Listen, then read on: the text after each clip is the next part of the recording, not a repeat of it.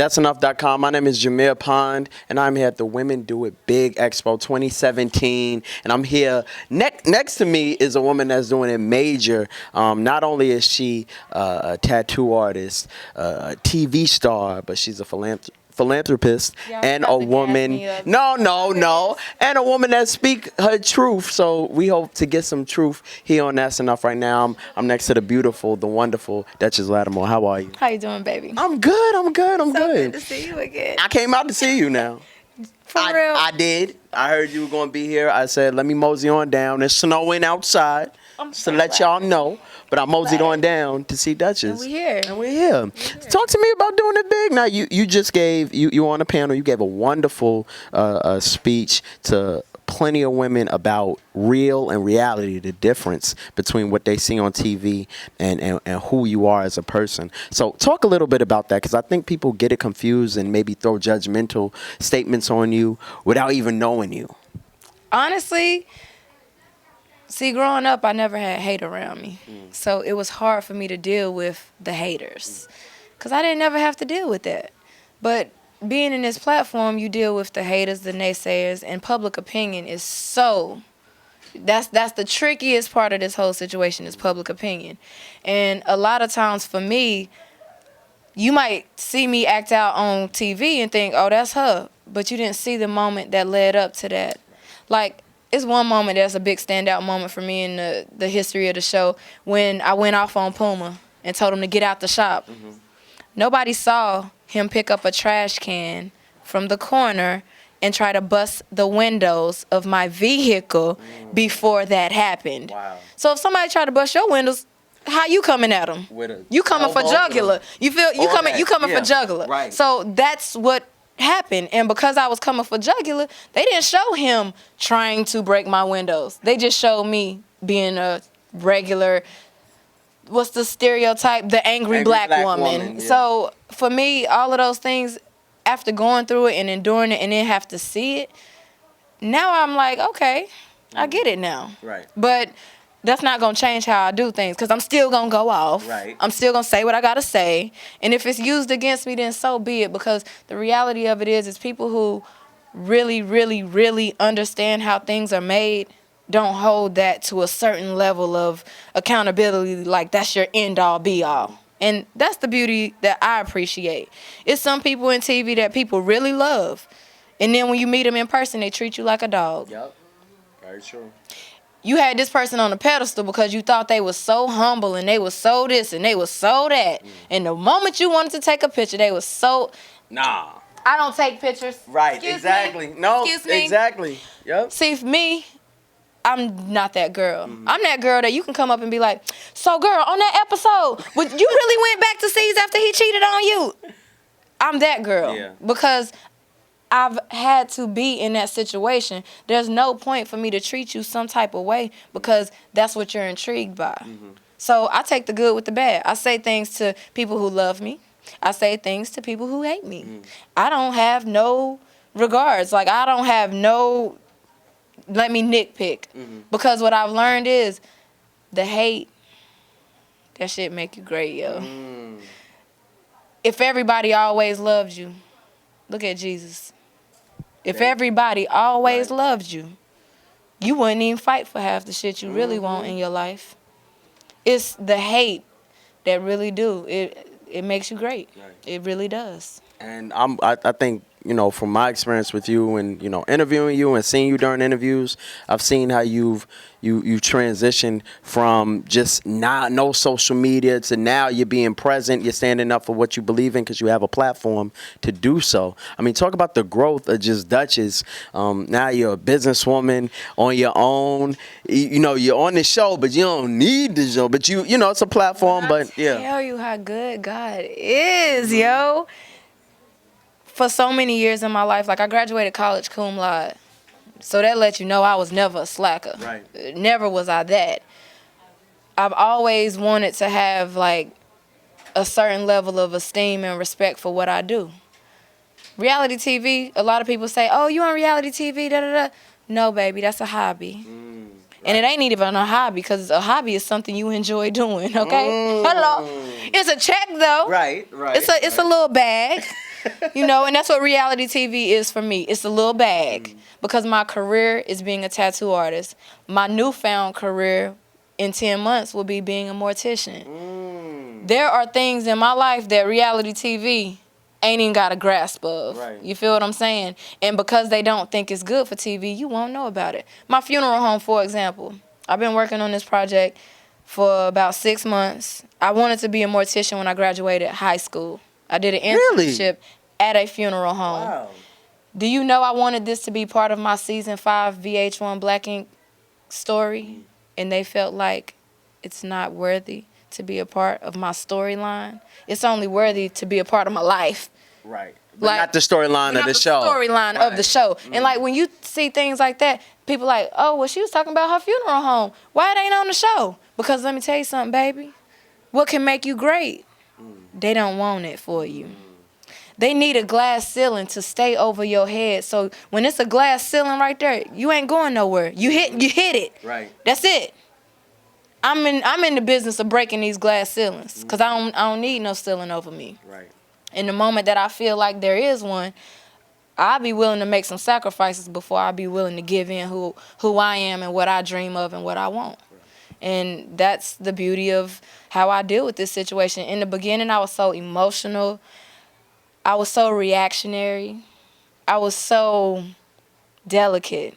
That's why I say I see the growth. Now, honey, y'all don't even know. Scott just called my mama a bitch on Instagram. Did I respond? Did I go back and clap back? Sweetheart, you don't got to clap back at folk. When your life, God is going to clap back, okay? I stopped trying to take my situation and be in control, and I left it with God. And that's why he keep blessing me. That's why I'm here at Women Doing It Big. How many VH1 reality stars was here today? Not that many. I can't say that. Not one. Well, We got Bravo. Right. I'm lying. Cause Duffy, right. Duffy. Mm-hmm. Who from VH1's Black Ink crew would be on anything doing it big? I'm just curious. Well, not Women Doing It Big, but I don't know. Hennessy maybe, but And this is what my point is. Right. The things that I'm going after in my life are far greater and far different than the opportunities that they want it to appear as. Like, they want us to be coons. They want us to shuck and jive. They want us to act a fool. Do you know this is the first season 5, that they've ever allowed me to even speak on my college background? Wow. And you speak about it proudly. I mean, I've heard you say it for years. Pride everywhere I go. Everywhere I go. This is the first season that they have allowed that to be a part of my story. Something that made me who I am. Like, I know how people on the show be like, oh, well, just keep it out there. C said it. He made me. But I went to college and I graduated cum laude before I even knew your name. Before I knew your existence in life. How did you make that? Right. I'm just curious. And if anybody on the show made anybody, then why we ain't making no more? Because I want us all to be great. That's all I'm saying. And it's enough room in this world, in this industry, that we all can do so. Without having to be hated, bitter, on each other's cases, being, foolish. That's what they want. Right. That's what reality TV, that's really all it is the drama. Right. When we get in control and decide that we're going to give them something different, that's when you're going to get some different results. Right. You saw them VH1 cameras here today, right? Yes, I did. How many times you seen them film something positive? I can't say from my own eyes I've seen a lot, especially like with you. I haven't seen a lot, but I just want to say God is good, because these are the things that I went to that office and told them. If you're not going to tell the real things that I'm doing in my real life, don't tell my story. Right. And that's interesting, because I was going to ask you, like, well, you speak out so much about standing up and, doing things. Why stay there? But I think it's to bust down those windows and those ceilings that are in front of you and above you, so that other people can't go through that if they choose to go through this route. Absolutely. Yeah. Absolutely. Like, I don't want to say that I'm a trailblazer or I'm this or I'm that, but God has given me the strength to step out on faith and do something different. And I'm not going to stop. As long as he right there, I'm going to keep doing it, because you can do it by yourself, even without God, and you can fail. It's something that my grandma used to say all the time. She used to say, with God, the world can be your playground, but without him, you'll just get played. And that's real. That's real. Before I let you go, that's deep. I mean, yeah, we getting lessons here. Pick up some gems if you haven't already. But we've seen you over these last few years go through so much pain on the show, play out so much pain. We know that you're not engaged to C's anymore. Can you just talk about the fusion of your personal life now, again, being played out in front of TV where people manipulate your real feelings that you may have had at that moment in time and let it play out in the storyline? Honestly, one of my greatest gifts and greatest regrets is having a public relationship. My greatest gift because it taught me so much about myself, and it revealed so many things that I needed to see, not only about myself but about the people around me. But it was also one of the greatest trials because I lost something that I really, really do love. I really do love that man, but if we cannot be on one accord and one page to go in the same direction, then it's not going to work. If we wasn't on a reality show, we probably would still be together because we don't have all of the instigating factors that cause all the problems. But you can't escape it.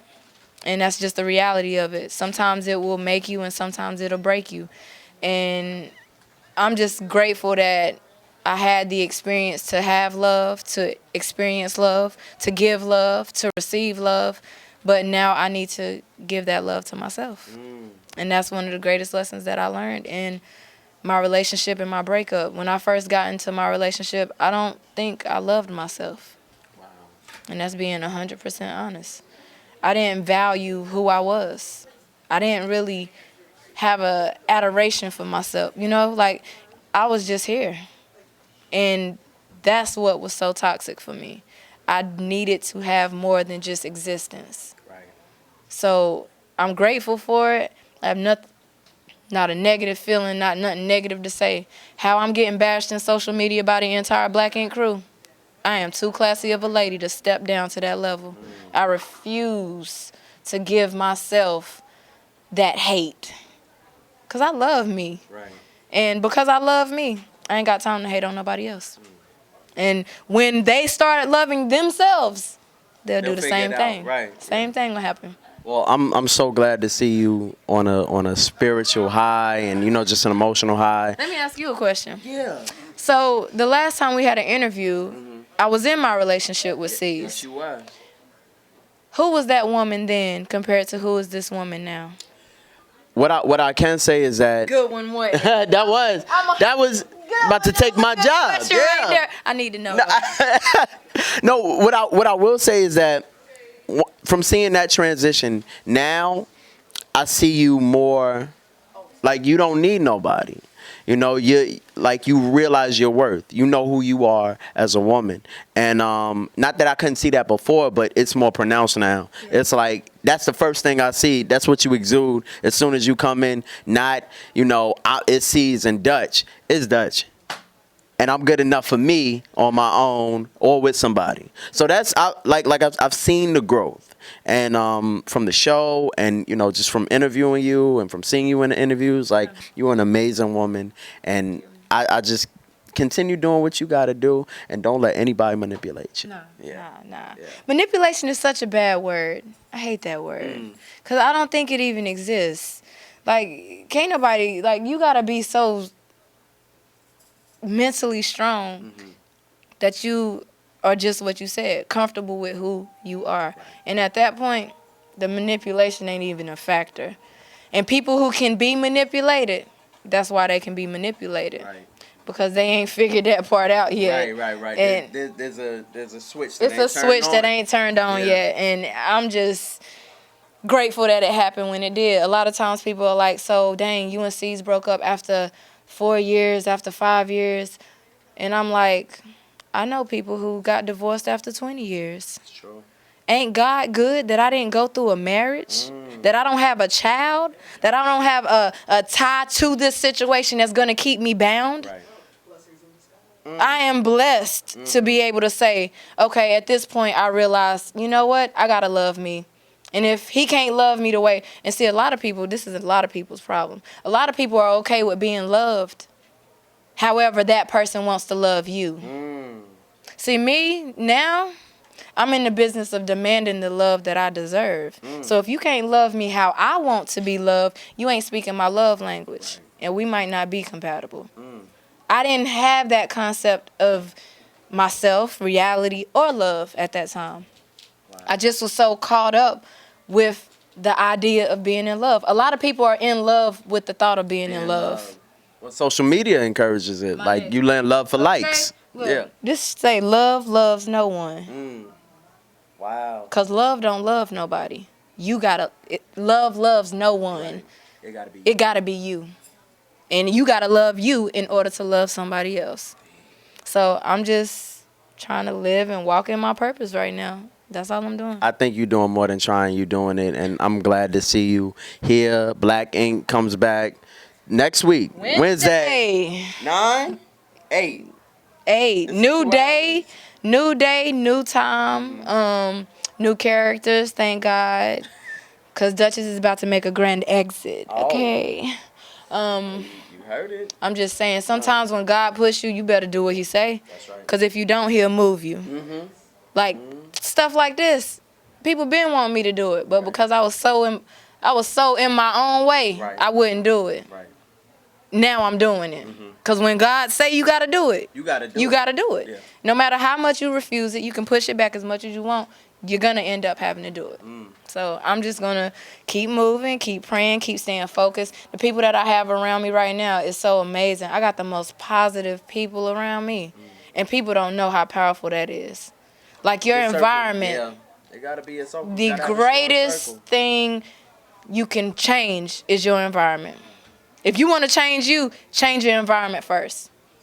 And that change will start just matriculating without you even having to do anything. It's something so powerful and so different. I'm just grateful, blessed. yo. I'm Yeah. so blessed. It's retarded. I'm just grateful, and anything that I can do, like, I'm gonna keep doing it. Like, the funeral home business is something that I'm doing, but who's to say in 5 years God won't put something else in my lap? Right. I don't know. So I'm just gonna keep doing what I gotta do and get to the next level, keep progressing.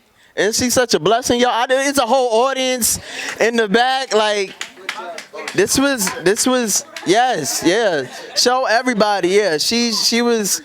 You got a calling, and I think I can say for everybody. I'm gonna tell you the number one thing for me. I watched my mama. My mama never did. She never lived her dream. She raised her kids. My mama married her first boyfriend, y'all. Jeez. From 8th grade. Wow. Ain't been with no man but him. Wow. I come from something different. You feel what I'm saying? So just watching her sacrifice and never put herself first, that's what got me in this position. And every day she tell me that she gets to live through me now. And that's amazing. We love you, Dutch. All right. Continue to grow, continue to blossom. You know, you got support for real. You already. All right.